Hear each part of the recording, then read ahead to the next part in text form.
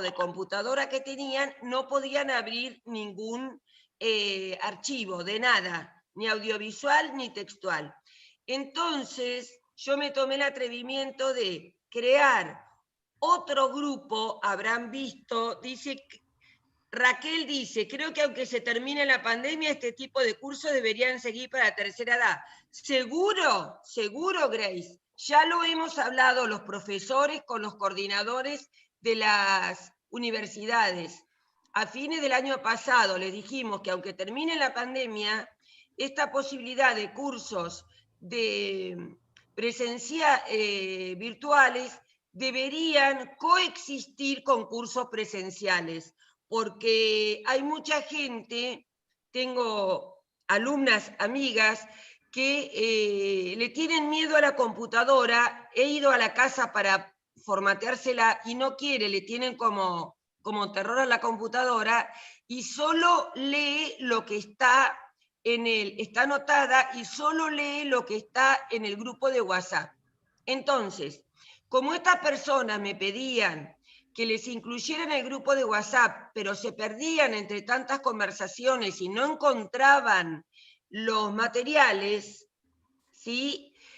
Creé estos 4 grupos para cada curso y estaba buscando un nombre cortito y que fuera ejemplificativo de lo que es. Me pareció que poner no oficial o entre nosotros o nuestro era muy largo, entonces le puse grande el título libre, que es de 5 letras, y el nombre reducido a poco pado de cada curso.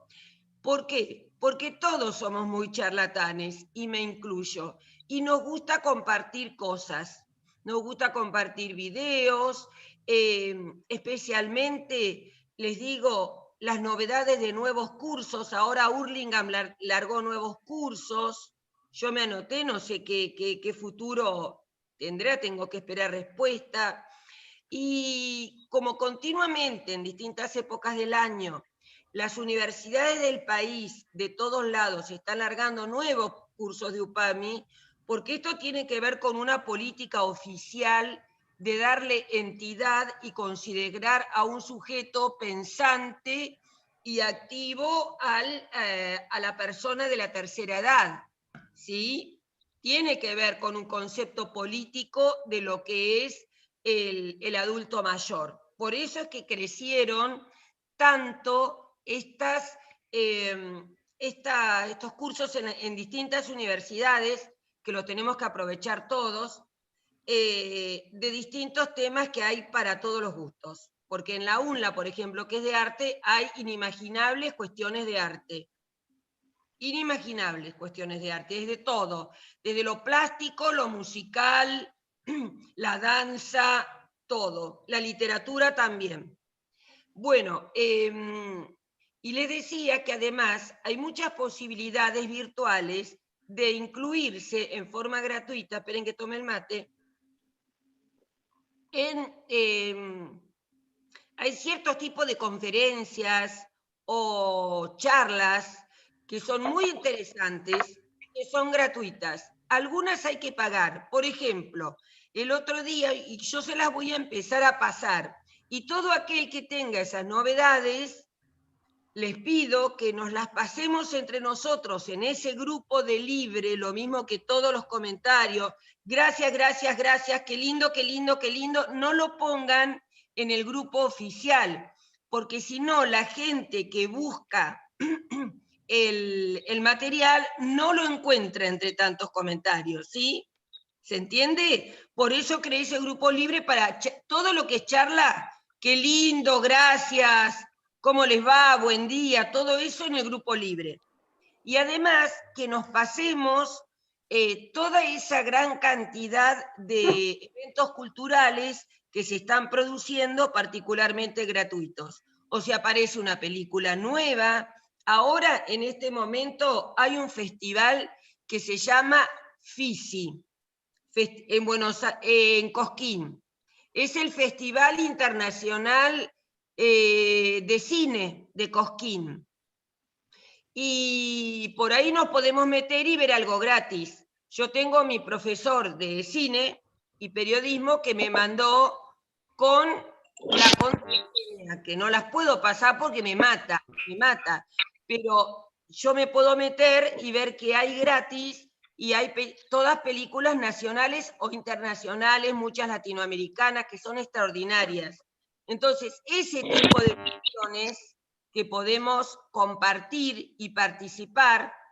Acabo de participar el lunes en una organización colombiana que se llama Ilustre y que da muchos cursos que hay que pagar en dólares y hay otros que son gratuitos. Yo me metí en un gratuito que era fabuloso, duró 2 horas y un cuarto, 2 horas y 15 minutos, que se refería a la locura en el cine y la literatura.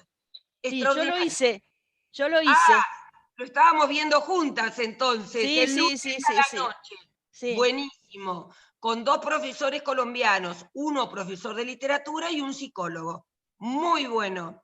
Entonces, cuando tenemos esas informaciones, para no contaminar el WhatsApp original del curso, las ponemos todas en el libre. ¿De acuerdo? Hay otro ahora que lo voy a poner el link, que Por es el favor. robo en las obras de arte. Ah, sí, que también es gratis. Ya lo leí anoche. No sé si me Y interesa el que mucho. fue muy bueno, Sí, se te el que cortó. fue muy bueno, quita virtud al Hermitage en San Ah, Petersburgo. sí, me lo perdí. Un Me lo perdí. colombiano, pero Sí.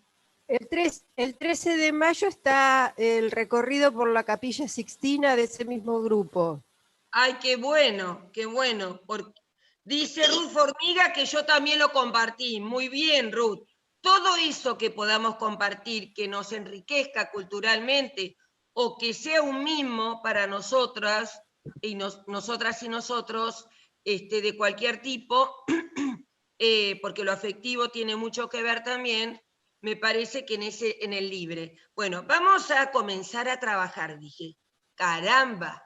Bueno, para vos nosotros teníamos la película La muñeca de Lubitsch, este alemán de origen judío que muy prontamente, muy joven, se fue a Estados Unidos y se instaló allí, que hizo muchas películas, que desde chico, su padre tenía una sastrería muy famosa, pero él no quiso seguir los pasos del padre y desde chico, o sea, desde adolescente, ya le interesó mucho lo que eran las artes escénicas. Entonces empezó como actor, hizo una especie de lo que hoy sería un stand-up de un judío muy gracioso. Él tenía mucha inventiva y mucha gracia, tal es así que se hablaba de un estilo Lubitsch o un tono Lubitsch, que se refería a su capacidad de, en las películas, de unir lo cómico o gracioso, como lo vemos en la muñeca, con la ironía, con la crítica social y con el doble sentido. Entonces, si él apelaba, como diría Brecht, a que el espectador se diera cuenta de lo que en realidad él quería decir con esos chistes o con esos gags cómicos, sobre todo en la época del cine mudo. ¿Qué es lo que quería mostrar? Además de una actuación de que quizás por el absurdo, ustedes saben que nosotros en gran medida nos reímos por el absurdo. Antes también se reían por el desprecio o el menosprecio a las personas con diferentes discapacidades o imposibilidades. De ahí están los chistes del judío, los chistes del gallego, los chistes, dice Martino, es tal, un boicoteador y algo más. Eh, los chistes del gallego, los chistes del paralítico, los chistes del ciego, los chistes del sordo, que hoy vendría con mucha justicia la INADI a retarlos. Incluso hay una especialidad muy destacada, que es el chiste misógino, el chiste contra la mujer, que sigue teniendo vigencia. Yo he ido a lugares donde las mujeres y los hombres, el artista se dedicaba exclusivamente a hacer chistes misóginos. Y todos se desternillaban de la risa y me decían, sos una amargada, y yo me lo quería comer crudo al supuesto artista. Entonces, volviendo a esto del arte y la gracia, la especialidad de Lubitsch era justamente unir lo gracioso con lo social y lo político. Por eso era su tono. Por ejemplo, hay películas que él hizo y siempre introducía un elemento romántico, como para desviar la atención. Siempre había una pareja que estaba enamorándose, pero el trasfondo tenía que ver con algún contenido político, y lo hizo contra, por ejemplo, contra la Revolución Rusa, contra el comunismo, cuando era la época stalinista, o cuando, por esa cierta imposición autoritaria, y también lo hizo contra el nazismo, sobre todo cuando estaba en Estados Unidos. Entonces, le voy a hacer la pregunta del millón. ¿Qué tiene de particular la relación entre el texto literario de Hoffmann, El hombre de arena, y la película La muñeca de Lubitsch? Chachán. Repito, Martita, ¿qué tiene de particular este vínculo, esta adaptación del cuento de Hoffmann, este irlandés que se dedicaba al terror? La mayoría de sus textos son de terror, ¿sí? Porque él tenía influencias en Irlanda y luego en Londres, donde se fue a vivir, sobre lo que era lo gótico. Recuerden que el romanticismo, vamos a explicar, fines del siglo XIX, desde mediados del siglo XIX en realidad, y desde antes también, porque se dice que Goethe en el 1770 aproximadamente, Goethe, el escritor alemán, del quien vamos a ver la próxima película, y les voy a explicar por qué, es como el fundador del romanticismo. ¿Qué tenía de particular el romanticismo? El romanticismo era, digamos, un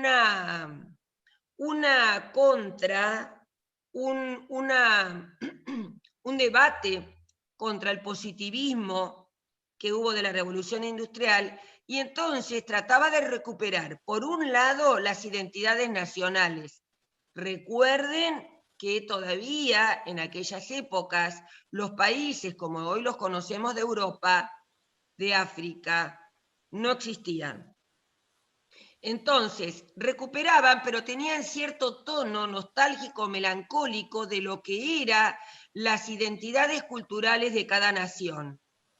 Tomada nación como pueblo, ¿no? No como Estado, como poder jerárquico gubernamental, sino nación o pueblo como los habitantes de un lugar con costumbres comunes. Entonces él veía que el folclore se había dejado de lado un poco por la influencia de la Iglesia y los temas que la Iglesia proponía, y recuperaban lo nacional, las costumbres propias, pero como había una gran desilusión con respecto a lo que el positivismo venía desde hacía siglos, venía proponiendo, que no llevaba a la felicidad de los pueblos y que no cambiaba, no hacía a los pobres tener un bienestar económico, eso por ejemplo, les produjo una gran melancolía, una gran nostalgia, y entonces empezaron a pensar en lo tenebroso de la vida, y ahí aparece la literatura gótica, la literatura que se desarrolla en lugares oscuros, lúgubres, con personajes monstruosos o cuasi monstruosos, de horribles intenciones, siempre relacionadas con la muerte, la tragedia, lo dramático. Y en este caso de Hoffmann nos encontramos con un cuento, El hombre de arena, que es realmente bastante terrorífico, sobre todo en las expectativas y en los sentimientos que genera en el lector lo que va contando su protagonista con relación a este personaje Coppelius. Pregunto, esto que se presenta como un cuento tenebroso, con un final trágico, con elementos generados por la ciencia, él habla de una especie de alquimia, primero con el padre, después un elemento tecnológico que lo engaña, que es la muñeca, que él piensa que es, en su fantasía piensa que es un ser humano, porque tiene cierta movilidad y emite ciertos sonidos. ¿Y qué relación tiene, si es una adaptación exacta o distinta o contraria, en la película La muñeca de Lubitsch? Esa es mi pregunta. ¿Qué opinan? Sí, Alicia, date la voz, y después Telma. No, yo me encantó que el cuento terrorífico no lo pasara al cine y que lo hiciera de otra manera. Lo que encontré de común es el papel de la mujer o la muñeca. Digamos, yo lo tomé como que la mujer, es decir, la fantasía del hombre, tener una muñeca que no hablara demasiado, que hiciera alguna cosa y nada más. Hay una película parecida, pero, yankee, de un barrio con mujeres todas similares, vestiditas todas de la misma manera, y la que se pasaba era castigada, ¿no? Un poco en ese sentido. Quizás me fui de lo que era el cuento en sí, pero a mí me parece que lo que tiene, digamos, unión es ese tema de la muñeca y la tecnología, porque era un androide, no dice androide. Era un autómata. Un autómata, exactamente. Es decir, me parece avanzado para la época ese tema del autómata y de que, bueno, está bien, Frankenstein y todos esos, más o menos ese estilo. Pero acá está muy cómico, está muy, muy cómico. Muestra las cosas en el cine, ¿no? Muestra las cosas que podrían ser terroríficas de una manera cómica. Me divertí toda la película me divertí, mientras que en el cuento era como que era complicada la situación. Pero yo lo que encontré la relación con la muñeca. En los dos casos, la muñeca está. Quizás algunas otras cosas no, por supuesto. Claro, muy interesante y muy acertada tu observación, y además has tocado varios aspectos.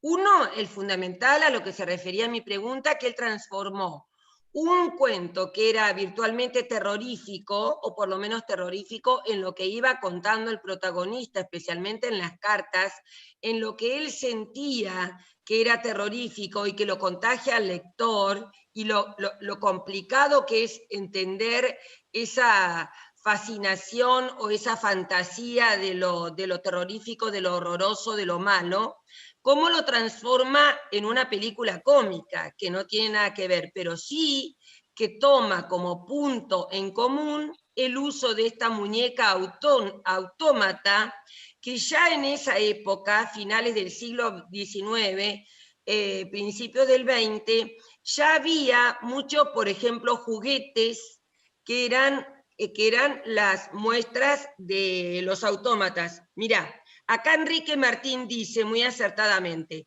los autómatas existen desde el siglo XVII o XVIII.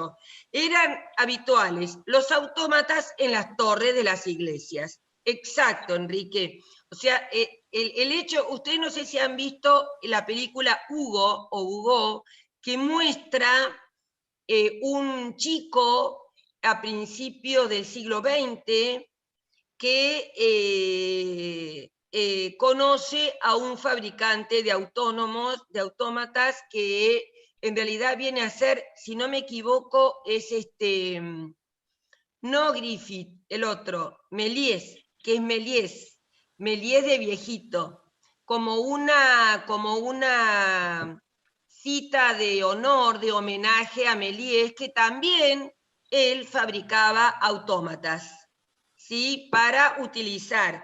Dice Enrique, uno de los inventores era Blas Pascal, inventor de una de las primeras máquinas de cálculo mecánicas. Exacto. Gracias, Enrique, por tus aportes. Muy útiles, muy útiles.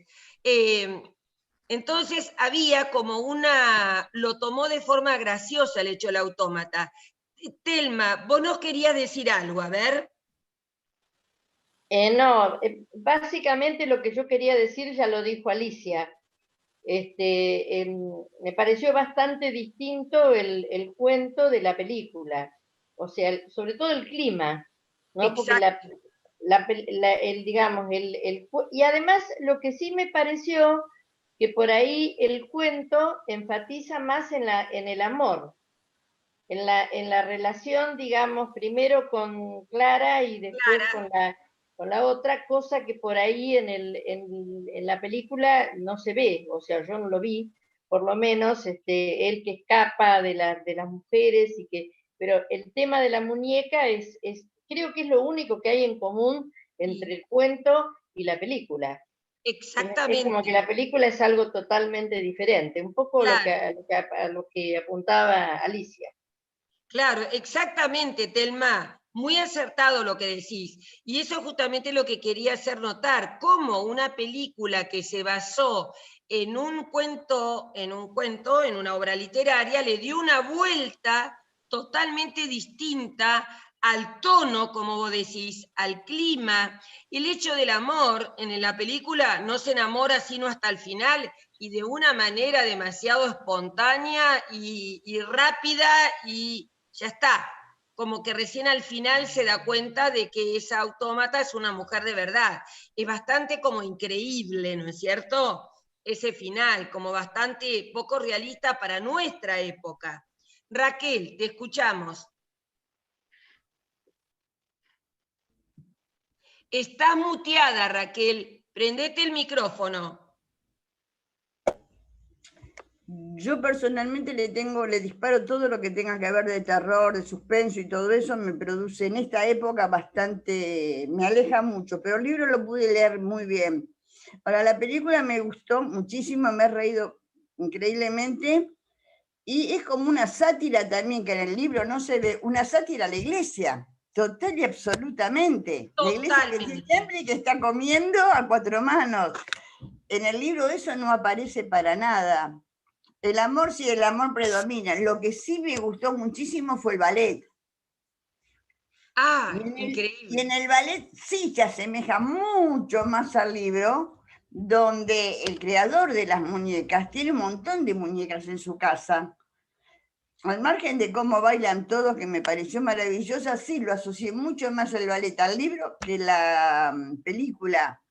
Pero me gustó esa sátira a la iglesia, perdón, soy un católico creyente, pero fue lo que a mí me produjo, ¿no? Sí. Y después, bueno, los paisajes, la forma de moverse y todo, creo que fue una gran obra, ¿no? De lo poco que yo entiendo de obras de teatro realmente, o de películas, realmente me gustó, me resultó fácil de llevar y fácil de entender. Claro. Y el hecho de la brevedad de los 60 minutos y de tener un tono muy movido y muy cambiante, muy dinámico, también ayuda al espectador a entretenerse, a divertirse. Pero es cierto, hace varias críticas en la película. Hay varias cuestiones, varias cuestiones. No sé si quieren que yo las diga o quieren ir diciéndomelas ustedes ir aportando, porque hay cuestiones desde los personajes, desde las críticas sociales, como muy bien decís a la iglesia, estos curas gordos y glotones, no porque fueran gordos, sino porque no tenían ninguna misión pastoral evidente, vivían de la mejor manera y su único objetivo era comer mucho y cosas ricas, y cómo lo ven a él como proveedor de dinero para comprar más comida, lo cual era una cosa como insólita, no ayudar a los pobres, ni generar una iglesia que tuviera un fin gregario, un fin de convocatoria, más católico, no, el dinero de la recompensa era solamente para comprar comida. Ahí da una crítica a la inutilidad y a las, digamos, a los vicios de ciertos sectores de la iglesia que probablemente se verían en Alemania o en otros países donde él había estado. ¿Qué otra cosa les parece interesante? Roberto no habla. Roberto, si querés decirnos algo, o cualquiera, o Noemí, no quiere. Noemí, o cualquiera, o Esther, o cualquiera, Matilde, lo estoy mirando, Raúl, ¿qué otros elementos? ¿O quieren que hable yo? Me parece que está levantando la mano. Grace. Y Darwin me pareció, ¿no? Darwin, ¿vos levantaste? Bueno. Sí, yo me acerqué. A ver, Darwin. A ver, yo leí el miércoles mismo que nos diste el cuento, lo leí. Y vi la película el sábado. Y en estos días que pasaron le comentaba a mis amigos, les cuento el curso que estoy haciendo con vos, y una chica que es psicoanalista me dice, mirá, es muy interesante, Lacan hace un análisis de ese libro. Sí, es verdad, es verdad. Muchas cosas. Y yo me esperaba un libro, digamos, una película con suspenso, un terror psicológico, de lo que veníamos hablando de la gente que había leído. Y me sorprendió ver que era una comedia, no me la esperaba para nada. O sea, no, digamos que yo me encantaría hacer un guión para una película, pero basado bien en el libro, que cause lo que me causó a mí en el libro, porque ese comienzo, cuando le cuentan que venía el abogado y que no, que tenés que ir a dormir, y el tipo que escuchaba los pasos, creo que se puede hacer una película creando, quizás contrario a lo que decía, no me acuerdo, Raquel, a mí me encanta el cine fantástico de terror, y me hubiese gustado ver una película así, ¿no? Pero bueno, no, igual la película me gustó. Si quito el libro, está bien, el actor, el que hace de pibe, me pareció un crack. El pibe ese se robó la película, qué bien labura ese pibe. El que hace de nene es un genio, es un genio. No, ya te digo, como película me encantó, pero me decepcionó, yo esperaba otro guión sobre el libro. ¿Entendés? Claro. Pero bueno, estoy de acuerdo con lo que decía Alicia, Raquel, sobre lo comentaron, son muy buenos sus aportes. Pero me quedé con lo que me comentaron mis amigos, la psicoanalista que me contaba eso sobre Lacan, digo, a ver qué hacen, ¿no? Con la película. Pero bueno, no, está muy bueno igual, está muy bueno igual. Bueno, gracias por tu aporte. No, por favor. Ahora te voy a dar una devolución con respecto a lo que dice Lacan con respecto al libro. Dale. Es verdad que para el lector del Hombre de Arena, que también se transformó en una obra llamada Coppelius, del cual le agregué que aportó una compañera, que es como una obra de teatro con ballet hecha en España, pero a partir del ballet Coppelia, que recuerden que Coppelius era ese abogado que era, en realidad, él lo veía como un monstruo que había matado al padre y que era un alquimista igual que el papá, que estaban probando mezclas con sustancias que luego generaron un incendio, una explosión y mataron a su papá. Pero esto él se entera mucho después por Clara, su novia, la hermana de su amigo. Entonces, lo que Lacan dice, por lo que Lacan lo estudia, es porque dice que este protagonista tiene una visión narcisista de la vida, solo se ve a sí mismo. En Clara, él trata de verse a sí mismo, de comprobarse a sí mismo. Y Clara lo que le dice, porque es la que tiene el punto de vista objetivo, positivista, científico, le dice que no es como él piensa, no es un monstruo Coppelius, sino que en realidad le cuenta la historia verdadera que se la ha contado el hermano que ha sido amigo desde chico. Clara, como su nombre lo indica, que viene a mostrar la claridad, o sea, la luz del positivismo, le dice, no, todo esto es fantasía tuya. Y a él le hiere el narcisismo, su posición narcisista, lo que él cree de sí mismo como víctima desde chico de ese hombre de arena que los quiere matar, por un lado. Y el otro lado, el análisis que hace Lacan es con respecto al narcisismo, con respecto a la muñeca que se llama Olimpia. Y Olimpia no es un nombre casual que le pone, porque Olimpia viene a ser la diosa reina.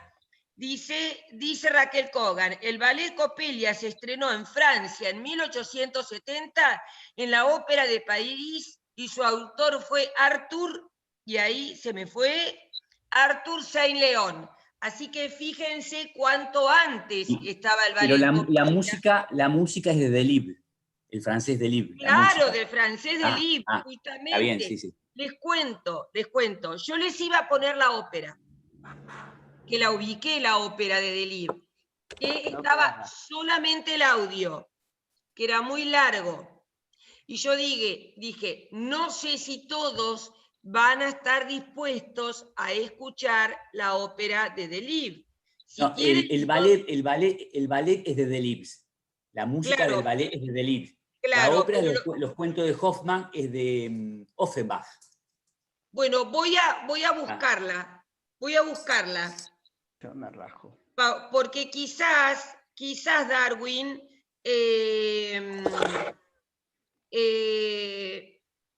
me dijiste que que el ballet, los cuentos de Hoffmann es de... A ver, date la voz. Tenés muteado el micrófono.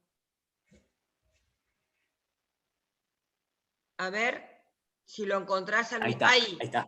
No, no. La ópera Coppelia, la música es de Delibes. Es de Delibes. Que yo no la vi nunca, sé nada más porque conozco las historias.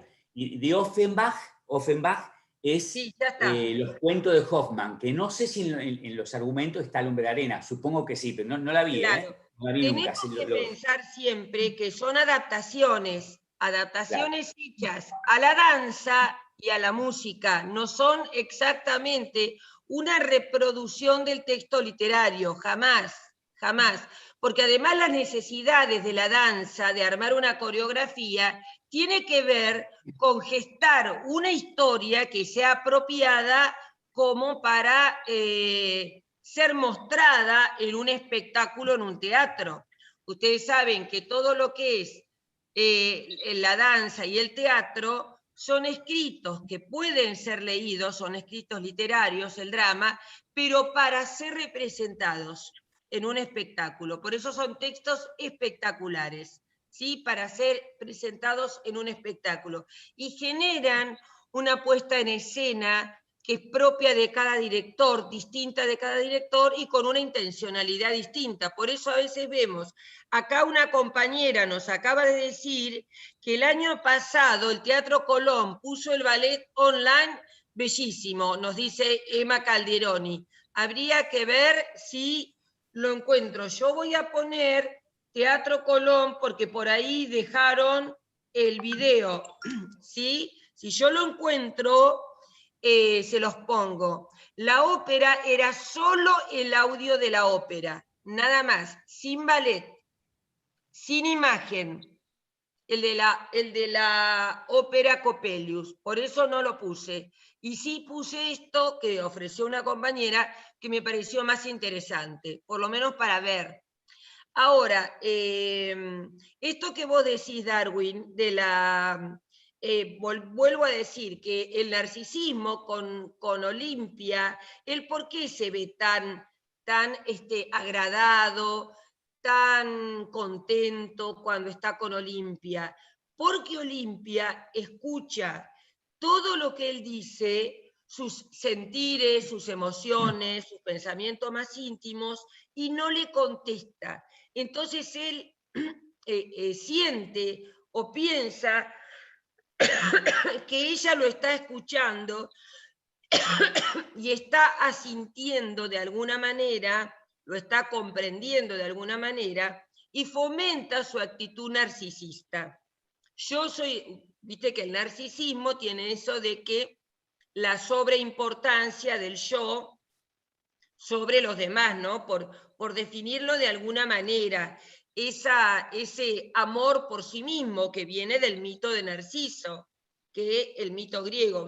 Vieron que la psicología utiliza mucho la mitología griega para explicar distintas patologías psicológicas, tales como Edipo o como Electra, o en este caso el de Narciso, para explicar el narcisismo, cuando una persona está demasiado enamorada de sí misma de tal manera que pierde noción de la realidad y piensa que él es lo más importante en el mundo. Y por eso Lacan escribió este texto, que me parece muy valioso, el comentario que hiciste de tu amiga psicoanalista, porque me diste el pie justo para hablar de este tema, ¿no es cierto? En cambio, vos fijate que de alguna manera el personaje cómico de la muñeca tiene este aspecto de que es un hombre aniñado, que depende de su mamá, que no tiene un proyecto de vida, que no quiere casarse y que solo piensa en sí mismo. No le interesa al tío, no le interesa su mamá, no le interesa casarse, no le interesa el otro. Ni siquiera le interesan los curas. Él quiere los curas para que lo oculten de la extraña invasión de mujeres que lo persiguen como único, ¿cómo se dice?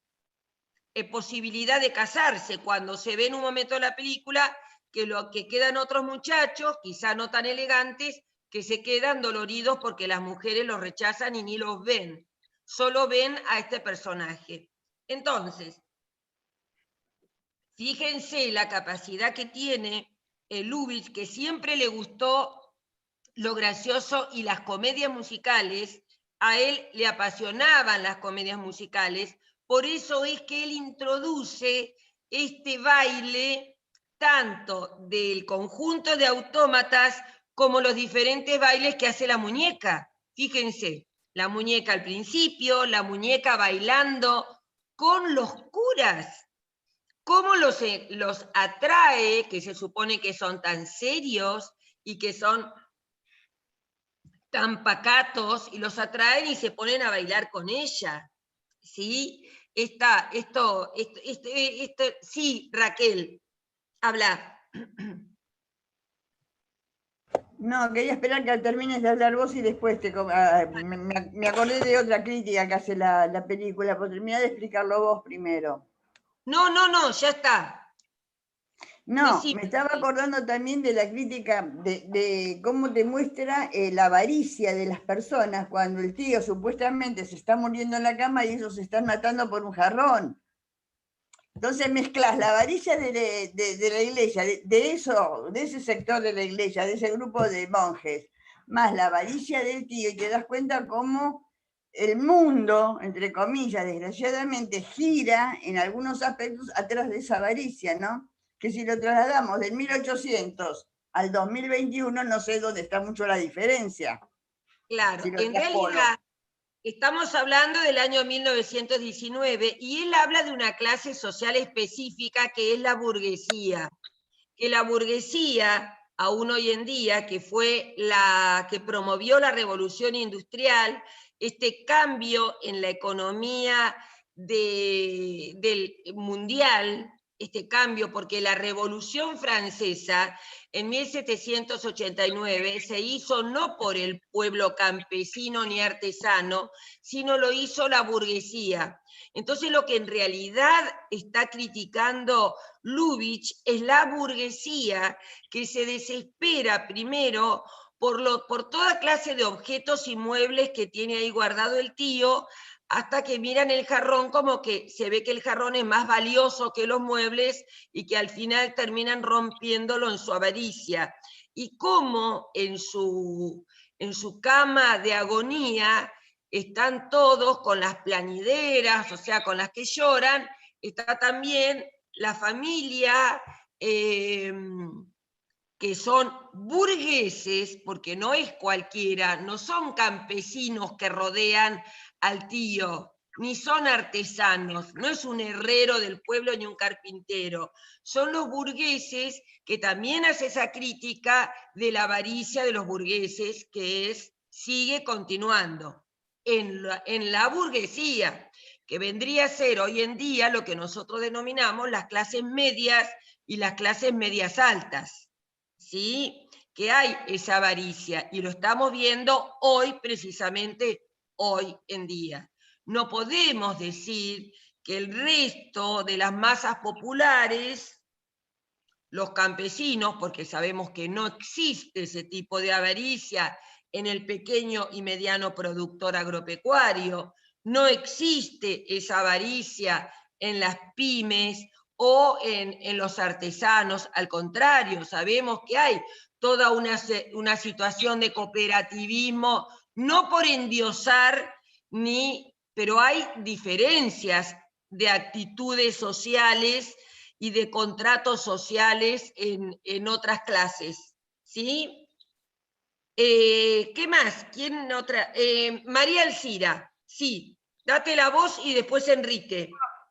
Perdón, yo quería que le den la voz a Grace, porque desde hoy que está esa manito amarilla. ¡Ay, por favor! Por favor, gracias. Grace y después Enrique. Grace, dale. No, yo por ahí vi otro aspecto, porque me parece que hay 100 años de diferencia entre el cuento y la película. Y cuando se escucha muy bajo. A ver, acércate un poco, a ver, se te escucha muy bajo, acércate a la... Ahí, claro. Bien. Ahí. Nada, tenía el micrófono para atrás, ¿viste? Claro. 100 años de diferencia entre el cuento y la película. Y a mí me parece que hay, de alguna manera, con respecto a Hoffmann, todavía hay esa admiración por el autómata que ya a principios del siglo XIX, ¿no? Ya no se da. Por eso son distintos los tratamientos de la muñeca de Hoffmann y de la muñeca en la película. Entonces yo lo que veía es que hay, a partir de esa muñeca, en el cuento se introduce, digamos, lo siniestro. Lo siniestro que cuando el pibe le pone rostro se transforma en horroroso, en monstruoso, ¿no? Porque ya tiene rostro. O sea, es el vendedor de barómetros, es el profesor. Y en cambio, en la película está la beta cómica, digamos. Aunque hay yo me lo anoté acá, hay como una coincidencia pero distinta, una cosa que se tocan pero no. Porque Lancelot busca una muñeca para engañar al tío, ¿no? Él es un inocente sexual, como vos decías, no quiere saber nada con las mujeres, por eso dice, bueno, me busco una muñeca. ¿Y a dónde la va a buscar? A un negocio que tiene muñecas tipo muñecas inflables, porque dice muñecas para viudos, solteros, ¿no? Digamos, la propaganda del negocio. Ahí está la cosa cómica. Mientras que la otra muñeca está hecha para engañarlo a Nathaniel, porque engañarlo y demostrar que está completamente, digamos, loco, ¿no? Que tiene una obsesión, o sea, el objetivo de tanto de Coppelius como del profesor es, bueno, con esta muñeca que hemos hecho vamos a demostrar la locura de este chico. Entonces a mí me parece que, digamos, por un lado, en la película está lo cómico del autómata, y en la novela está lo siniestro, porque ya a principios del siglo XIX no produce el autómata esa admiración y esa cuestión misteriosa, porque recordemos que el autómata es, o sea, nuestra aspiración de recrear la vida, ¿no? O sea, al hacer el mecanismo de yo poder de alguna manera recrear la vida. Ahí está el misterio del autómata, que ya en el siglo XIX, olvídate, ya por eso puede ser tratado en forma cómica. Me pareció eso, lo siniestro por un lado y lo cómico por el otro, que es como que se entrecruzan a partir de que hay 100 años de diferencia entre uno y el otro. Además me divertí un montón con la película. Sí, muy bien, Grace, tu observación. Lo único que yo por ahí pienso que quizás a lo mejor el profesor de Nathaniel, no sé si lo pronuncié bien, o Nathaniel, no quería dejarlo en ridículo a su alumno, sino que quería demostrar la capacidad de él y el otro alquimista, cuyo nombre se parecía al de Coppelius y que eran ambos italianos. También puede haber algo de desprestigio a otra nación, ¿no?, de los alemanes con respecto a los italianos. Eran grandes inventores, y quizás quería demostrar delante de todos sus alumnos, abrir su casa, que no la había abierto nunca, para demostrar la capacidad de inventar un autómata casi perfecto, que podía tocar el piano, que podía cantar con un gorjeo, con una voz que sonaba a metálica de su condición de máquina interna, pero que cantaba muy bien, que sonaba como una fonola, diríamos nosotros, y que hacía algunos pequeños gestos, y que estos gestos podían ser interpretados como afirmaciones, ¿sí? No sé si quería dejar en ridículo a su alumno o quería, digamos, enorgullecerse de que nadie advirtiera de que era una muñeca. Sin embargo, validando lo que vos decís, ahí muestra que todos los compañeros, que eran muchos los compañeros de la universidad, de Nathaniel, se ríen de él, porque todos se dan cuenta que es una muñeca, que es un autómata, y él, sin embargo, baila y le charla como si fuera una persona. Entonces, quizás los que se burlan son todos sus pares, sus congéneres, con lo cual también le están infiriendo una herida narcisista, diría Lacan, a ese estudiante, a ese protagonista del cuento, que quizás no se da cuenta que los demás se ríen de él, ¿sí? Porque él sigue hablando y sigue luego visitándola hasta que se dan cuenta, porque la muñeca se rompe, de que es una muñeca, y ahí sí la herida narcisista es terrible y termina matándose, totalmente distinto de la película, en que él en ningún momento tampoco se da cuenta, pero porque es muy tonto, lo muestran muy tonto a ese protagonista, de tal manera que él recién, cuando se van a acostar en ese lecho humilde de la celda del convento, recién se da cuenta ahí que es una mujer, se da cuenta repentina y mágicamente de que ambos están enamorados y se escapan por la ventana, supuestamente a vivir su amor, ¿no? Sin un peso, porque ya todas las bolsas con oro se las ha dado a los curas, y además también con esa visión del niño irresponsable que no tiene conocimiento del mundo ni de la realidad, se escapan por la ventana. Muy gracioso pareció también esas escenas que son como una coreografía que muestran todo hecho dentro de un interior como de escenario, me pareció. Esa calle con la fuente del interior de la ciudad, que van corriendo de un lado para el otro las mujeres con el muchacho y con el profesor y con el nene que se pasa, el pibito ese, realmente unas caras, una picardía. Yo creo que coincido con Darwin que se come la película, ese nene que se ve tan inteligente y que trabaja tan bien y que actúa tan bien, y todos van corriendo detrás de esa rarísima coreografía porque pasan varias veces por el mismo lugar y todos doblan en la misma curva y no se dan cuenta que pueden acortar su camino.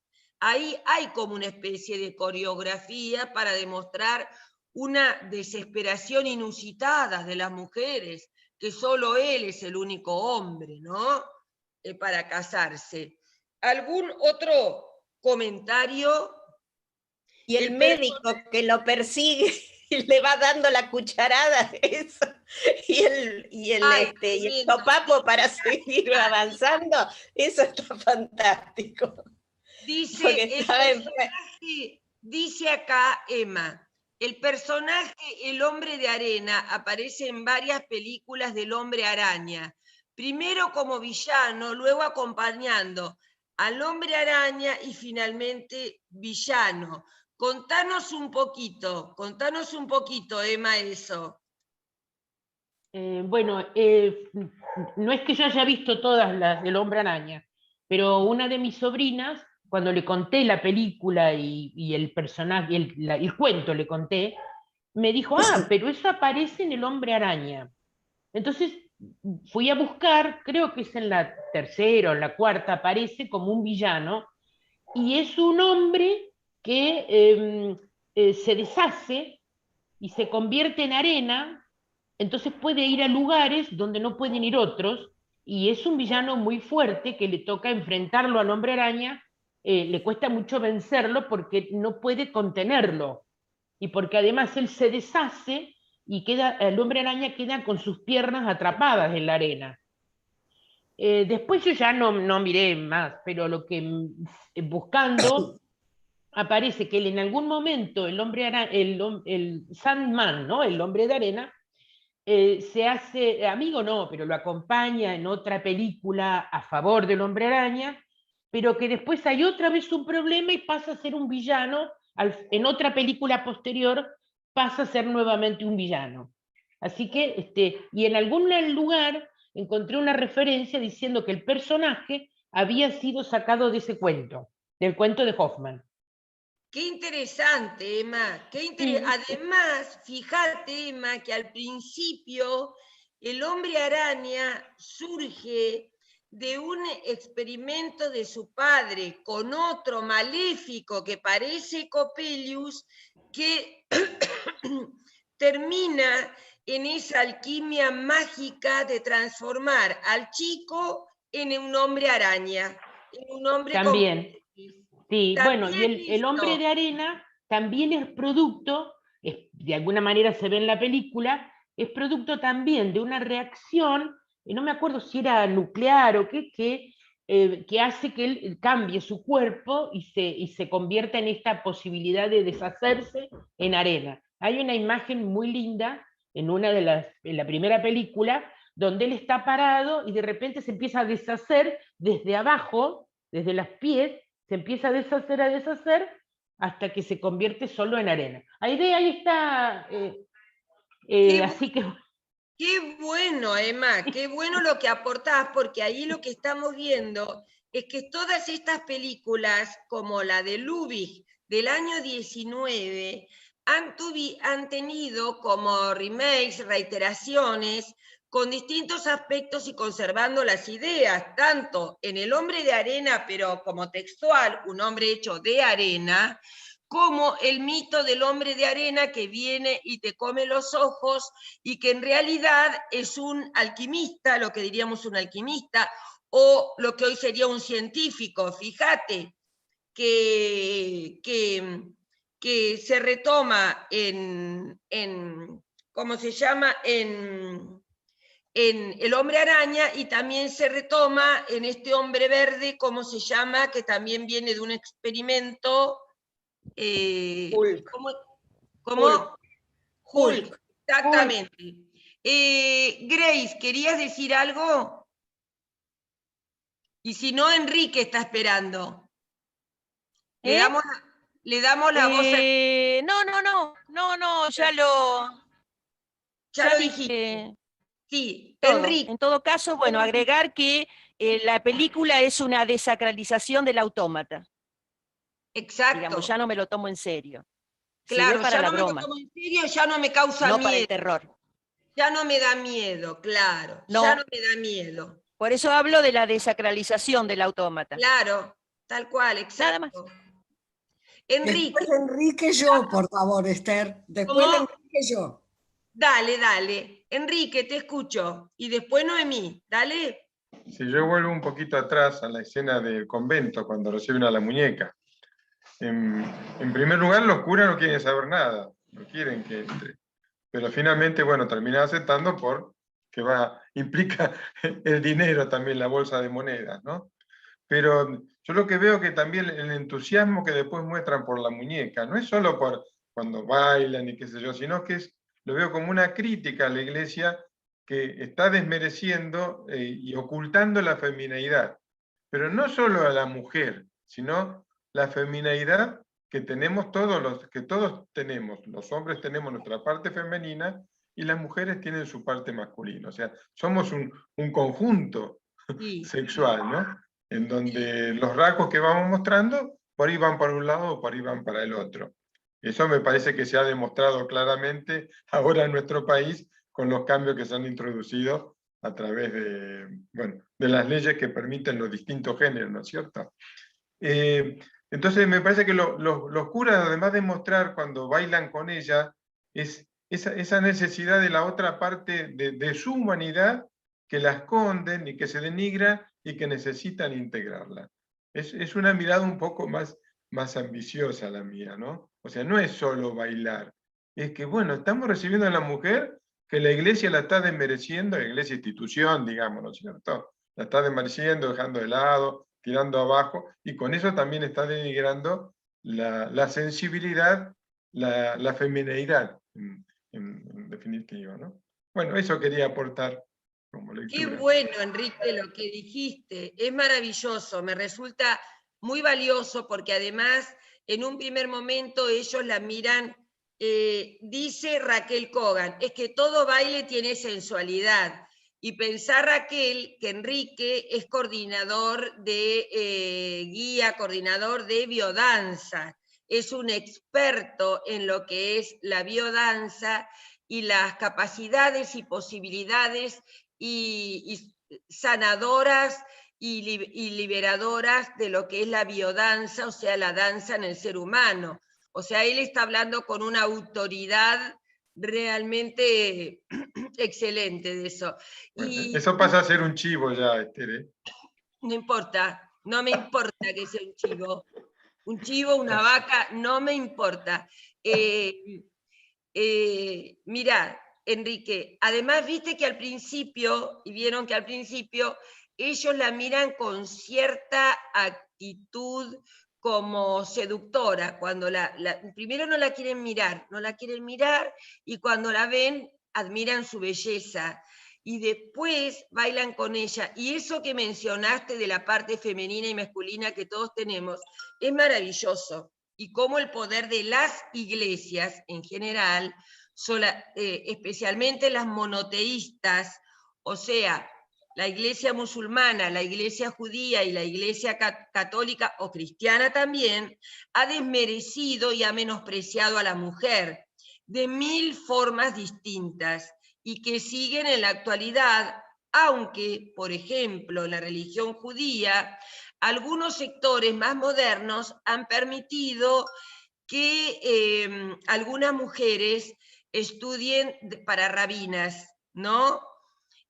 No sé qué bola les darán en las congregaciones religiosas a las rabinas. Hay una película al respecto, protagonizada por Barbra Streisand, que se llama Shetl creo que se llama, y que muestra, Barbra Streisand también es judía, obviamente. Maravillosa película. Maravillosa película, que muestran que ella quiere ser rabina en el siglo...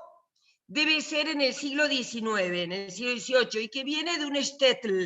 Un shtetl es un pueblo ruso pobre, donde había muchos pogrom, que estaban los judíos en Rusia y que eran muy perseguidos y vivían miserablemente. Entonces, llegar a ser, y solamente los hombres, y en eso los sectores más fanáticos y demás de derecha del judaísmo, lo vemos en esa serie de Netflix, que no me acuerdo cómo se llamaba, que mostraba en pocos capítulos a esta chica, basada en una historia real, que no le permitía... ¿Cómo? Ortodoxa. Ortodoxa. Excelente serie porque muestra la verdad, imagínate cómo era antes, hace 200 o 300 años. En esa película Shetl, Barbra Streisand muestra que se disfraza de hombre para poder entrar en el seminario rabínico y poder leer y estudiar para rabina. Un poco lo que le pasó a Sor Juana Inés de la Cruz en México, que tuvo la obligación de meterse de monja para poder leer, o lo que cuenta en esta serie ortodoxa, que es totalmente real, porque en el barrio de Brooklyn, en Nueva York, están como un gueto, estas congregaciones que acá en Bahía Blanca vienen a estar representadas por Chabad Lubavitch, que están en la calle Chiclana, donde hay un menosprecio de la mujer y solamente los hombres pueden ser rabinos, pero que también los encontramos en la religión musulmana, que los imanes solo pueden ser los sacerdotes. Hay una película muy linda que se llama La fuente de las mujeres, que muestra esta situación. Si quieren yo se las pongo porque la tengo, para que la disfruten porque es maravillosa. Y en La fuente de las mujeres muestra cómo es menospreciada la mujer en los países árabes, la religión musulmana, y cómo una de ellas puede aprender a leer y a escribir y se contrapone a lo que dice, a lo que mal lee, o la mala versión que el imán, o sea, el sacerdote, hace del Corán. Si quieren, yo se las coloco, es una película maravillosa, que está en un no lugar, porque no, dice, ahora hay rabinas, y creo que en Israel las están comenzando a aceptar. Sí, Raquel, lo sé porque tengo mi hermana, mi cuñado en Israel, y las están empezando a aceptar. Pero sabemos la lucha que significa que se acepte a la mujer. Sabemos el rol que ocupan en los sectores ortodoxos la mujer, que es tremendo, y que es tremendo también en los sectores musulmanes ortodoxos, en la Iglesia Católica y Cristiana Ortodoxa, porque las monjas son las sirvientas y no pueden llegar a ser sacerdotas. ¿Por qué no pueden? Me tengo que retirar hasta la próxima. Chau, Telma, gracias por venir. Bueno, yo ahora quiero darle la palabra a Noemí. Te quería comentar una cosita, Esther. Sí, Alicia. La serie Stiesel, no sé si la han visto. También dicen que es muy buena. Por lo menos, sí. Está en Netflix, ¿no? En Netflix, sí, la voy a ver. Sí. Trata todo este tema. Sí, gracias, Alicia. Sí. ¿Cómo? Es la comunidad de judíos ortodoxos en Jerusalén. Es terrible lo que cuenta mi hermana y mi cuñado y mis sobrinos que viven hace 47 años en Israel, ellos, perdón lo que voy a decir, ¿no? Ellos son más bien socialistas, ponele, fueron con toda la idea de trabajar en los kibutzim, digamos, y del socialismo y el país, que volvemos a las raíces, con toda esa idea. Y resulta que, bueno, tuvieron un hijo con alguna discapacidad, tuvieron que retirarse del kibutz y ir a la vida de ciudad por las necesidades del hijo, ¿no? Siempre han sido, siempre le faltaba un peso para el mango y siempre han sido de la clase obrera, digamos. Pero las cosas que cuentan de los judíos ortodoxos en Jerusalén son espantosas. Yo he ido a Jerusalén y me dice, no entres ahí, no entre las pelotas, dije yo. Entraba y, claro, pasaban los chicos y me daban vuelta la cara. Menos mal que fui de pantalones largos y cubierta, porque me dijeron, si no te van a tirar piedras, si vas con un short y con los hombros desnudos. Tampoco quería ser tan provocadora, quería conocer cómo era dentro. Pero es tremendo. Trabajan solo las mujeres y se rompen el lomo, tienen hijos infinitos. Las cosas que cuentan no las voy a contar acá, porque además políticamente son de la extrema derecha, como corresponde, y tienen esa actitud que no tiene la mayoría del pueblo de Israel, que es la de apropiarse a propósito para generar despelote de los territorios de las zonas árabes, de Jordania, de Palestina, cuando hay una gran cantidad del pueblo israelí que quiere devolver los territorios y no, ¿entienden? Hay toda una lucha interna, pero como ellos tienen muchos hijos, más de 12 todos ellos, están creciendo demográficamente la población de Israel y están ocupando todos los escaños del Parlamento, porque es un sistema parlamentario, y están haciendo un gobierno de derecha como hay ahora. Entonces, toda la lucha de los grandes sectores populares de Israel, que son en su mayoría socialistas y que hace décadas, desde el principio, quieren devolverle los territorios a Palestina y que sea un país independiente y terminar con la guerra, estos ortodoxos hacen exactamente lo contrario. Así que hasta qué nivel llega no solo el menosprecio de la mujer, sino también hasta la cuestión política. Es tremendo, es tremendo. Sí, le voy a dar, Raquel, la palabra primero a Noemí, que hace rato que está. Noemí, te escuchamos. Bueno, yo voy a tratar de ser lo más breve porque me tengo que retirar. Ay, pero nos encanta escucharte, Noemí, por favor. Gracias, querida. No, yo me di cuenta ahora en la conversación que también hay un punto de coincidencia de la historia del cuento con la película, en el sentido de que en la película también se burlan muchísimo de la ingenuidad y de las torpezas del protagonista. En principio, los curas, por supuesto que son unos abusadores, entre comillas, y también porque me parece que en el momento en que él presenta a la muñeca, los curas se dan cuenta de que no es tal, que no es una muñeca, porque de hecho cuando bailan con ella y incluso el tío también se da cuenta, y ahí hay un punto que podría ser mínimo también de coincidencia con el cuento.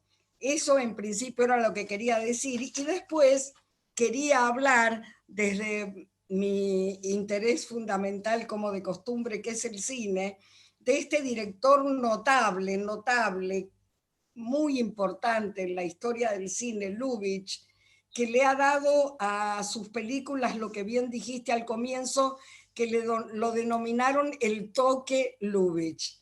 El toque Lubitsch que no se ve aquí en esta película muda, pero que luego él sí lo desarrolló, sobre todo en el cine sonoro, donde él se ancló muchísimo en el tema político, porque sus películas siempre tenían un trasfondo y una referencia a lo político y a aquello que podría tener cierta intención más pícara, pero hay dos películas de él que son notables. Una que es la única película que creo que él hizo totalmente dramática, aunque tiene algunos contenidos también de humor, que se llamó Remordimiento.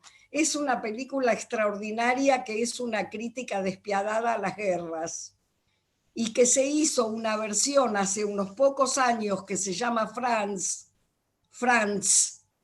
que también es muy buena, pero la película de Lubitsch, Remordimiento, se las recomiendo muchísimo porque es realmente una obra maestra. Todo en general lo que él hizo es una obra maestra. En esta película, fundamentalmente, él aplica las técnicas del clown. Toda la película está sostenida en los actores que se desplazan como clowns. Y, por ejemplo, toma muchos elementos del circo, como los caballos, por ejemplo.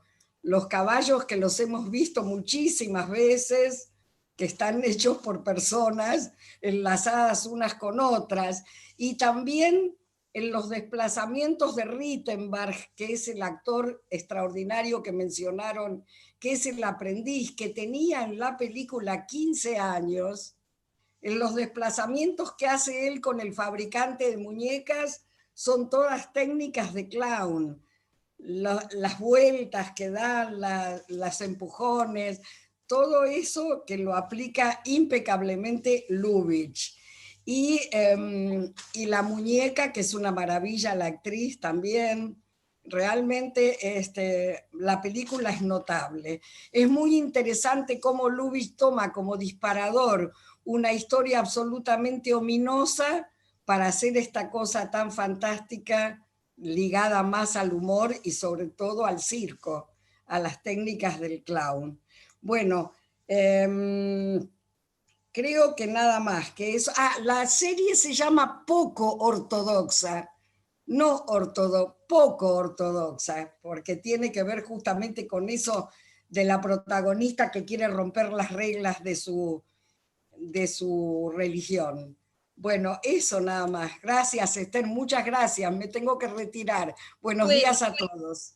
Bueno, eso nada más es una maravilla, Noemí. Ya sé que te vas, pero es una maravilla el aporte que hicimos y que nos da pie para hablar sobre ello. Es extraordinario. Voy a buscar la película Remordimiento, así como voy a buscar el ballet, y se los voy a agregar para que los podamos ver todos. Porque realmente en esta película, es cierto, él desarrolló más cuando fue a Los Ángeles, cuando fue a Estados Unidos. Él llegó con un poco más de 30 años, con una experiencia ya extraordinaria en el mundo del cine alemán, y realmente fue recibido con los brazos abiertos y altamente reconocido, justamente por este toque que él tenía particular de hacer películas que parecieran en muchos casos comedias musicales, o películas graciosas, o películas románticas, o películas donde siempre había una pareja amorosa, para hacer una gran crítica social. Por supuesto que si él era antibelicista, estaba en contra de Hitler, que era el rey de la guerra.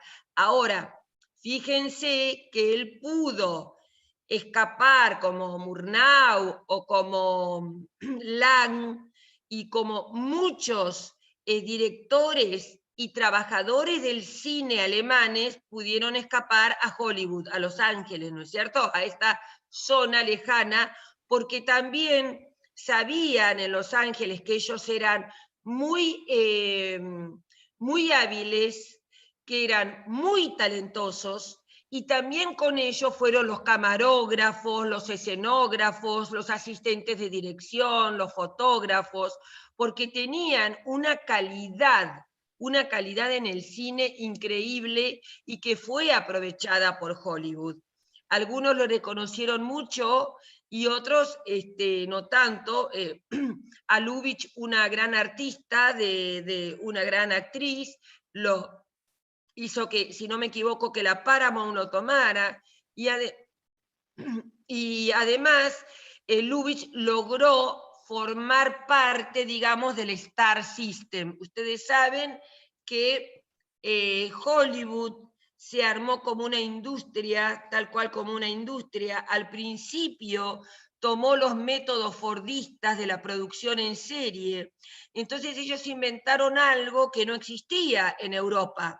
Por ejemplo, armar grandes estudios, grandes galpones, grandes lugares físicos, donde allí adentro se reprodujeran los escenarios donde iban a filmar sus películas, ¿sí? Entonces vemos que armaban pequeñas ciudades de cartón, como las vemos en todas las películas de Lejano Oeste, de cowboys, y vemos casas, habitaciones generadas dentro de esos estudios, y que además los equipos técnicos, directores, guionistas y todo el equipo técnico, iluminadores, los encargados del audio, los camarógrafos, los de mantenimiento, eran contratados en forma estable.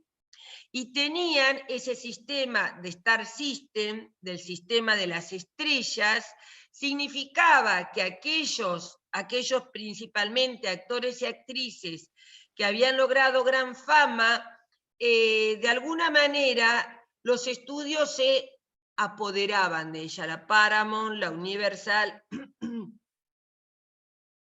ofrecían contratos que eran contratos leoninos, o sea, una estrella estaba contratada en forma exclusiva en un estudio, supónganse la Paramount, que creo que fue la primera, si no me equivoco, si no estoy recordando mal, y tenían la obligación de hacer todas las películas con ese estudio, pero además les prohibía hacer películas con los otros estudios o con obras de teatro que les propusieran. Era casi esclavo, y además les obligaban a tener una forma de vida, una forma pública de vida que fuera par con la imagen de actriz o de actor que ellos le forjaban falsamente. O sea que fue un sistema horroroso el Star System, y duró décadas, ¿no? Así tenemos las grandes estrellas del cine mudo y de las primeras películas habladas. Era un sistema tremendo. ¿Y qué más les quería decir que había mencionado? Ahora me olvidé de lo que dijo Noemí. Si alguno me puede recordar, o bien que hable el que sigue, que creo que es Raquel. Raquel, ¿vos querías decir algo? ¿No?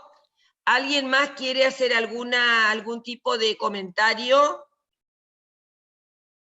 con esta película? Porque Lubitsch fue realmente grandioso. Y en esta película, como es del año 19, todavía no vemos esa posición antibelicista, sí antiburguesa, sí ante las costumbres o las fallas de la Iglesia Católica. ¿Cómo vemos eso que dijo de los circenses? Es maravilloso, la bofetada, las corridas arriba y debajo de la mesa era bien de los circos, esta forma de baile del conjunto de muñecas autónomas también tienen que ver con esas presentaciones circenses. El fabricante de muñecas y el chico parecen dos payasos, y es una manera de burlarse de esa seriedad del fabricante de autómatas, ¿no es cierto? No como una persona, un inventor, un hábil manejador de instrumentos, sino como un payaso que crea un mundo paralelo. También hay unas escenas muy risueñas con respecto al chico y a la mujer del fabricante de muñecas, cómo de alguna manera la seduce y le da un beso como si fuera un hombre grande, y queda como medio enamorada la mujer de este chico, ¿no es cierto? Y la habilidad, toda la inteligencia y el raciocinio de la película está puesto en este chico, que parece ser que es el único que se da cuenta de la realidad, de lo que está pasando, y que también se enamora de la hija, de la mujer, de la chica, de la hija del fabricante, ¿no es cierto? Es todo una situación muy graciosa. Y, a ver, otro aspecto que les quería decir, que como en el año 19 todavía no se avecinaba, recién había terminado la Primera Guerra, y estaban en esa situación tan crítica, ¿qué tiene que ver esto con el expresionismo alemán? Primero, las formas de actuar tan exageradas, tan sobremaquillados de todos, es una manera expresionista, porque estamos hablando del expresionismo alemán. Esto del sobremaquillaje, de la sobregestualidad, de mostrar más que nada la expresión íntima e interna de cada uno, que es lo que todo el tiempo se muestra. El hecho tan contradictorio del tío, que está que se muere y de repente revive con toda la energía porque su sobrino se va a casar, y la inmediatez de las cuestiones, toda esta demostración exagerada de estos escenarios ciertamente locos, delirantes, como si comparamos con la película Nosferatu o con la película que no pudimos ver porque no procede de un texto literario, El gabinete del doctor Caligari, que era todo deforme, que era todo oblicuo e ilógico, o la película Metrópolis, que hablaba de grandes edificaciones, la misma película que hemos visto, Los Nibelungos, con esas edificaciones a las que se le da importancia arquitectónica,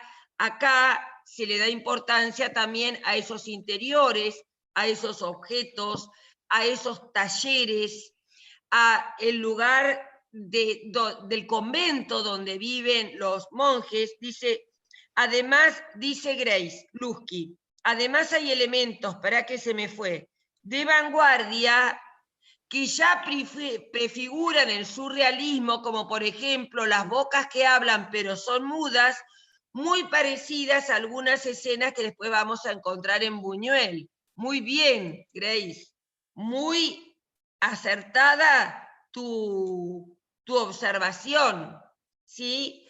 El surrealismo es uno de los movimientos que no vamos a ver.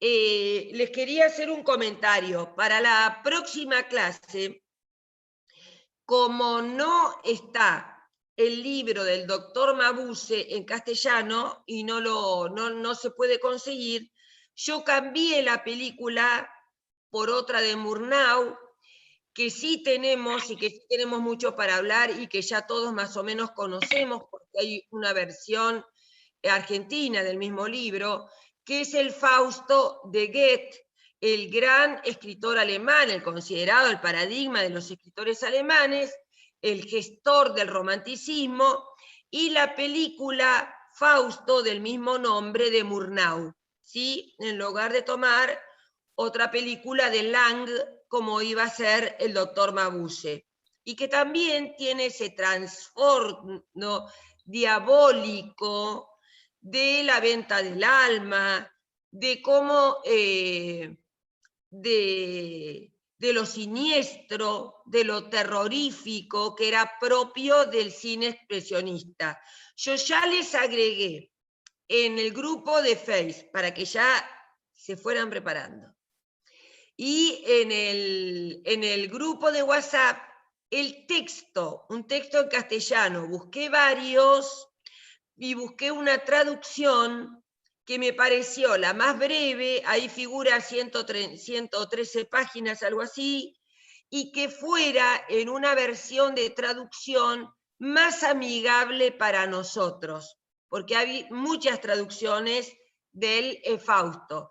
Entonces la fui comparando y fui viendo la que es más próxima, si bien es muy barroca la forma de escribir, propia del romanticismo, y hay un endiosamiento, ya los van a ver, de los poetas. Ahora les voy a explicar qué características además tenía el romanticismo, además de ese nacionalismo y de ese tratar de revalorizar el folclore nacional. También tenía una visión demasiado elitista del poeta. El poeta era el elegido por los dioses, así se pensaba Esteban Echeverría, y así se pensaba Sarmiento, ¿sí? Y así se pensaba, en cierta manera, Rubén Darío con el modernismo, pero que también tenía esa faz romántica. El poeta era el elegido por los dioses, que tenía un talento especial, que se lo había otorgado la divinidad, Dios, y que él tenía una mayor inteligencia y una mayor comprensión, tanto de lo real como de lo espiritual. Por eso ahí aparecen, sobre todo en La cautiva de Echeverría, y aparece en El matadero de Echeverría, ese blanco, ese unitario, que viene a ser el poeta, que tiene más poder, más elegancia y mayor cultura que el resto. Esa visión la vamos a ver también al principio en el personaje del poeta de Fausto, ¿sí? Además, podemos comparar el texto literario, que es bastante conocido, el mito de Mefistófeles, del diablo. Ahí en la obra se llama Mefistófeles, es uno de los nombres del diablo, como Lucifer, por ejemplo, que baja a la tierra y hay alguien desesperado que le vende su alma para conseguir algo que ansía. En este caso, es un anciano que ansía volver a la juventud y le vende su alma, pero eso luego tiene terribles consecuencias para el que hace el canje, para el humano, porque el diablo siempre tiene oscuras intenciones, ¿sí? Siempre pelea con el Espíritu Divino, con Dios, el Señor, como se llame, para que por las almas de los muertos. Dios siempre quiere tener las almas de los buenos, y siempre Lucifer, que era en su origen un ángel, el ángel de la luz, ¿no es cierto?, como su nombre lo indica, pero que además desde luego se transforma en un ser malvado por la religión, quiere apoderarse para el infierno, que el infierno también es un concepto medieval, no del origen de la Iglesia, para apoderarse y tener su séquito de productores de maldades, ¿no? Entonces, vamos a trabajar con esa obra. Y luego, cuando esa va a ser la última obra del expresionismo, vamos a trabajar con el neorrealismo italiano, que por ser justamente realista, nos va a ofrecer otra lectura, otra visión totalmente distinta del mundo cinematográfico y de las posibilidades en que fueron realizadas esas películas y del momento histórico que llevaron a esas películas. Quizás van a ser más amables, más sentimentales, más amigables para que las veamos. ¿Alguno quiere hacer algún comentario con respecto a lo que quiera a esta? Porque hoy, increíblemente, se nos hizo temprano. Van a ser -4. Dígame si alguno quiere hacer algún aporte de algún tipo con respecto. A mí me encantó lo que dijo Noemí con respecto a los circenses y con respecto a la posición política que tenían todos estos alemanes que huyeron de Alemania, la mayoría de ellos judíos, solamente Lang tenía su madre judía, pero que lograron también mucho éxito en América, y que todos se fueron por el advenimiento de Hitler, ¿sí? No sé si tienen algún comentario, o bueno, o hoy milagrosamente terminamos antes, ¿sí? Si quieren, yo voy a tratar de hacer lo siguiente, de conseguir el ballet, los cuentos de Hoffmann, de Offenbach, y la película Remordimiento de Lubitsch. Sí, Raquel, te escucho. Una consulta. Dentro del expresionismo que estamos viendo hasta ahora, y dado que más o menos es de la misma época, de fines del siglo XIX, principios del siglo XX, Carlitos Chaplin, ¿qué rol cumplió? No, Carlitos Chaplin, primero que no es del expresionismo alemán, porque era inglés. En realidad creo que era irlandés. Y estamos hablando de los principios del siglo XX, o sea, no del fines del XIX, principio del siglo XX. Y él, primero que no era alemán. Entonces, ese problema que tenía, yo no estoy en el grupo de WhatsApp oficial, Emma, ¿no estás? Uy, para colmo, espera, Nicolás, ¿estás ahí? Porque ese lo pone Nicolás. Espera, Emma Caldirone. Nicolás, ¿estás ahí? Ahora te contesto, Raquel. Nicolás, ¿estás ahí? Se debe haber ido, porque él te tiene que poner. ¿Estás ahí? Sí. Dice Emma Caldironi que no está en el grupo de WhatsApp oficial. ¿La podrás colocar, por favor? Porque yo no soy la administradora. O yo la puedo colocar. Contestame, aunque sea por escrito, si yo la puedo. Sí, ahí la agrego. Gracias. Gracias, Nicolás. Gracias. Discúlpame, Esther, porque me confundí finalmente. El oficial es el verde, el que interviene. El verde, el que dice literatura y cine. Está creado por la UTN, no por mí. En los otros cursos de la UNS, eso los creo yo y los administro yo. Lo que pasa es que en el oficial, el que dice literatura y cine, quiero poner nada más que los materiales, que a veces son muchos y se pierden con la charla, ¿sí? Y en el que dice libre, charlamos de lo que queremos, ¿sí?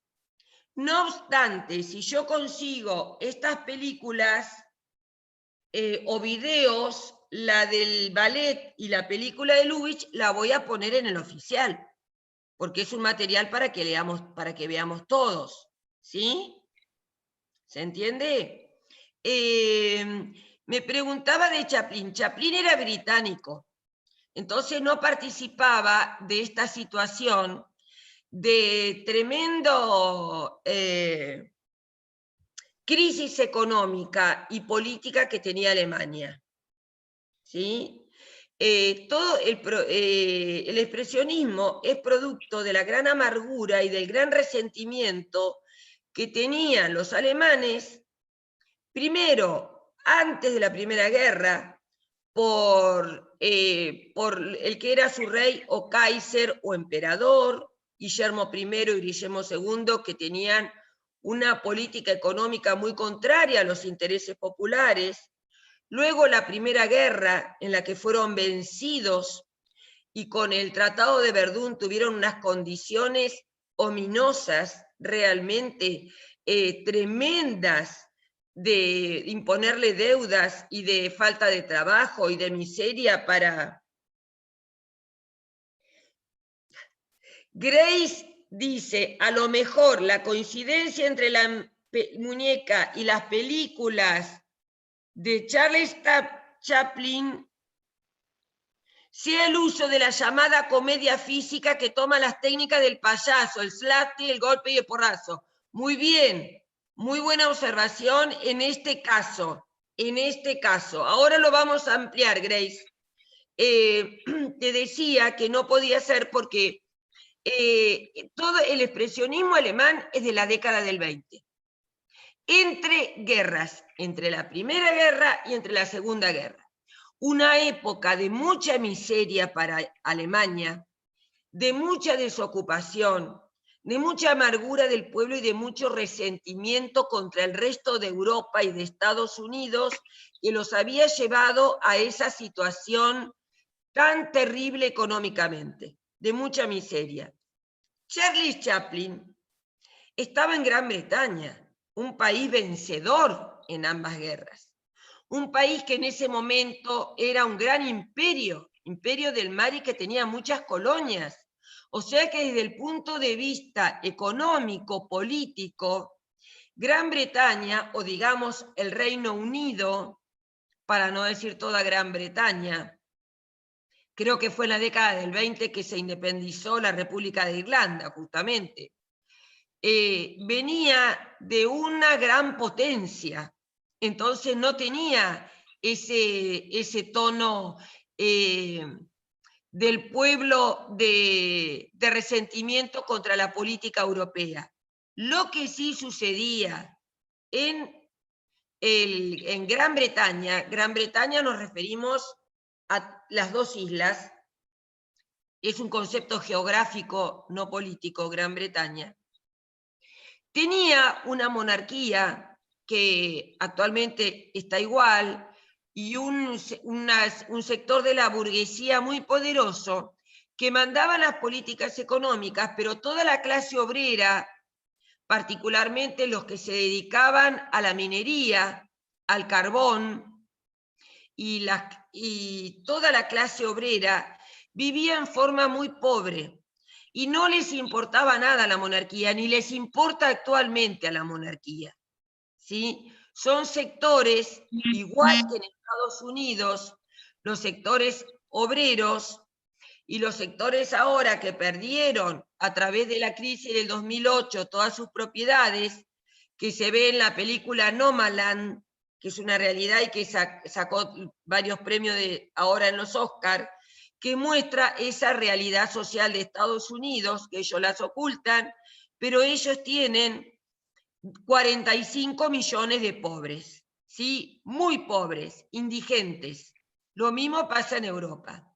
Charles Chaplin provenía de esos sectores pobres. Hay algunas teorías que dicen que era hijo de gitanos, y que bueno, y se fue a probar, empezó como actor en Inglaterra, que en aquel momento, y lo sigue siendo, el centro es Londres, y luego se fue a Estados Unidos en los principios de la industria cinematográfica en Hollywood. Sabemos que la industria de Hollywood se generó ahí porque Edison, que era un burgués desgraciado, había hecho el kinetoscopio y quería cobrar fortuna por el derecho de patente que tenía, más o menos lo que pasa hoy con la vacuna, que las patentan y nos cobran lo que no valen las vacunas del COVID, especialmente los estadounidenses, que son los más neoliberales que existen en el mundo, los más capitalistas, y que quieren cobrar por esas vacunas como si fuera oro en polvo cada frasquito.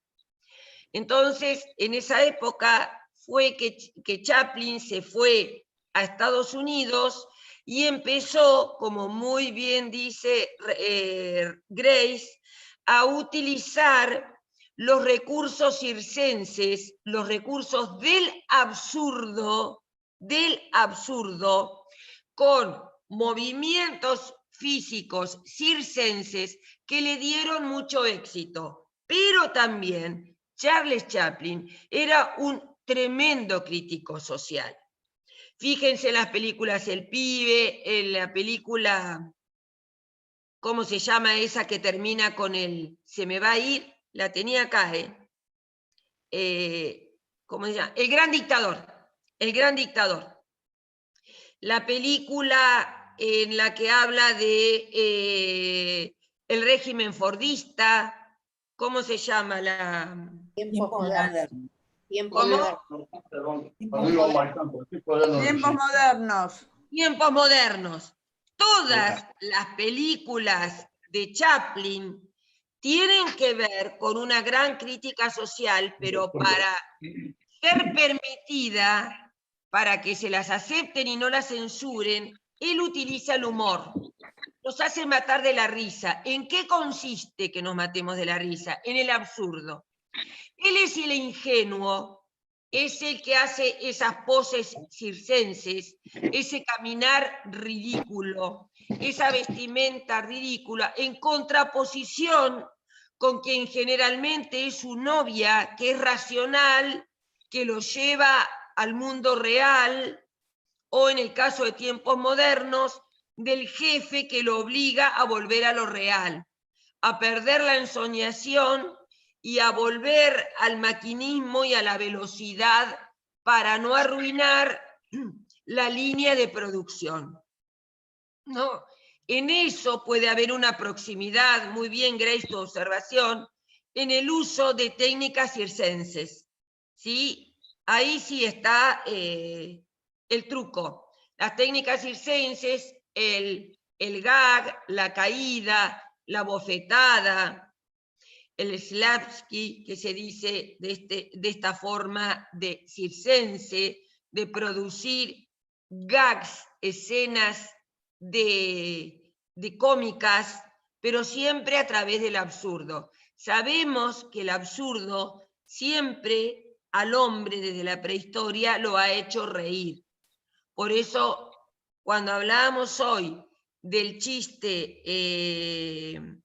del chiste menospreciativo, tiene mucha diferencia con el absurdo. El absurdo siempre ha sido la mejor técnica para causar risa en el otro. Como por ejemplo, cuando se cae alguien en la calle nos reímos, decimos sin querer, porque es absurdo la posición de una persona caída o resbalada en la calle.